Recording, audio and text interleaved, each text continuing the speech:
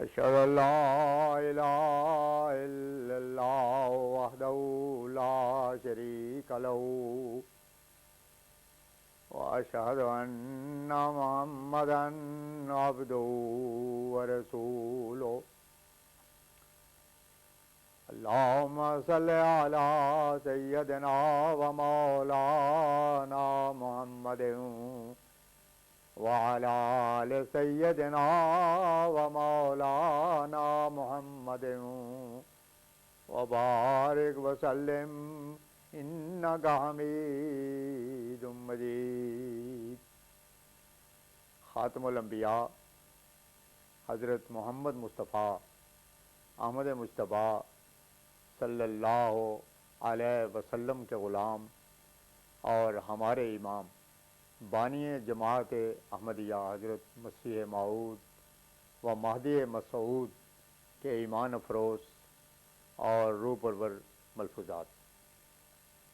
فرمایا جب حضرت صلی اللہ علیہ وسلم نے رحلت فرمائی اور حضرت عمر رضی اللہ تعالی عنہ تلوار کھینچ کر نکلے کہ اگر کوئی کہے گا کہ حضرت صلی اللہ علیہ وسلم نے انتقال فرمایا تو میں اسے قتل کر دوں گا.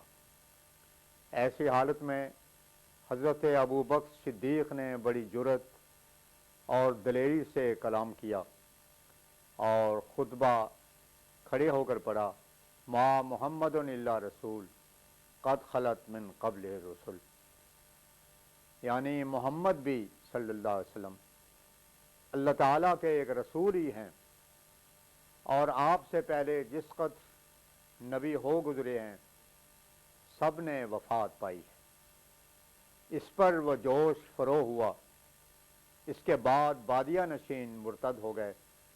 ایسے نازک وقت کی حالت کو حضرت عائشہ صدیقہ نے یوں ظاہر فرمایا ہے کہ پیغمبر خدا صلی اللہ علیہ وسلم کا انتقال ہو چکا ہے اور بعض جھوٹے مدعی نبوت پیدا ہو گئے ہیں اور بعضوں نے نمازیں چھوڑیں اور رنگ بدل گیا ہے.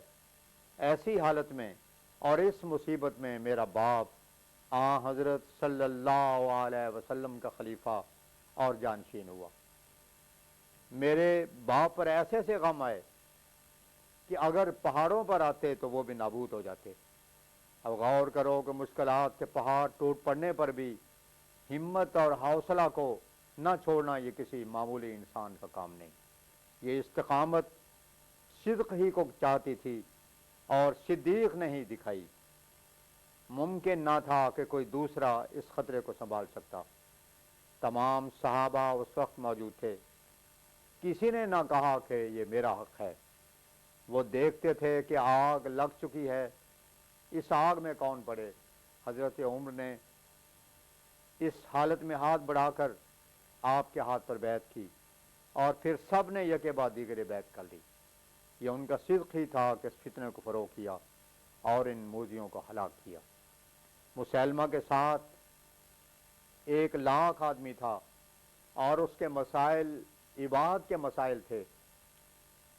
لوگ اس کی عبادتی باتوں کو دیکھ دیکھ کر اس کے مذہب میں شامل ہوتے جاتے تھے، لیکن خدا تعالیٰ نے اپنی معیت کا ثبوت دیا اور ساری مشکلات کو آسان کر دیا. خون مسیح پر ایمان لانا بھی سہل بنا ہوا ہے، کیونکہ اس پر ایمان لانے سے ایک تو روٹی ملتی ہے، دوسرے عبادت کی زندگی. اسلام میں تو اللہ اکبر کی آواز سے ہی نماز کے لیے اٹھنا پڑتا تھا، مگر اب یہ حال کہ خون مسیح پر ایمان لا کر رات کو شرابی پی کر سو گئے اور جب جی چاہا اٹھے، کوئی بات پرس نہیں. ایسی حالت میں لوگوں کا رجوع عیسائیت کی طرف ہونا لازمی امر ہے. لوگوں کی حالت کچھ اس قسم کی ہو گئی ہے کہ کہتے ہیں اے جہان میٹھا اگلا کس ڈٹھا. اس جہان میں بدمعاشیاں کر لو، آگے دیکھا جائے گا. اس قسم کے لوگ روٹی، بے قیدی اور آرام کی زندگی عیسائیت ہی میں پا سکتے ہیں. ان کے لیے کوئی ضروری امر نہیں، خواہ 10 برس تک بھی غسل جنابت نہ کریں. بس ان لوگوں کو جو عیسائی ہوتے ہیں دیکھ کر تعجب نہیں کرنا چاہیے۔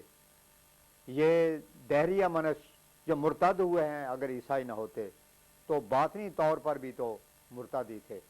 4 قسم کے لوگ ہوتے ہیں، ایک ازلی کافر جو بے قیدی اور اباحتی زندگی کو چاہتے ہیں، اور 3 قسم کے مومن، ظالم لنفس ہی، مقتصد، سابق بالخیرات۔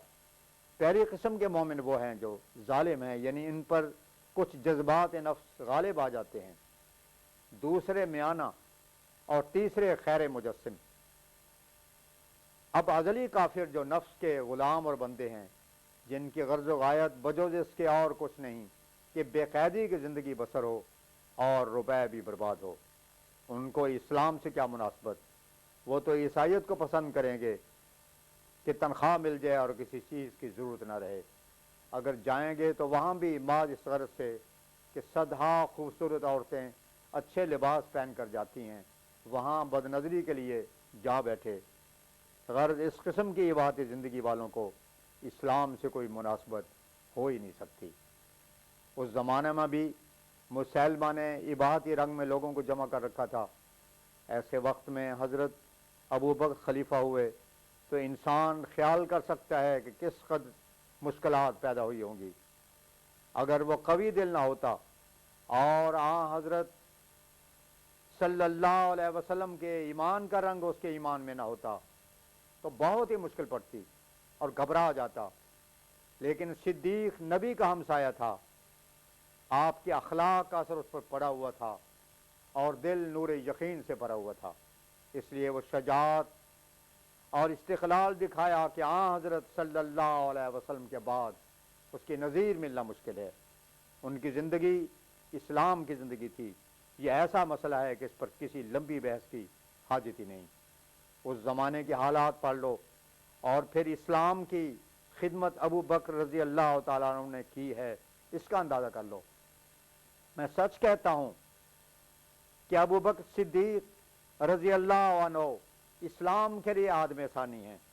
میں یقین رکھتا ہوں کہ اگر حضرت صلی اللہ علیہ وسلم کے بعد ابو بکر کا وجود نہ ہوتا تو اسلام بھی نہ ہوتا۔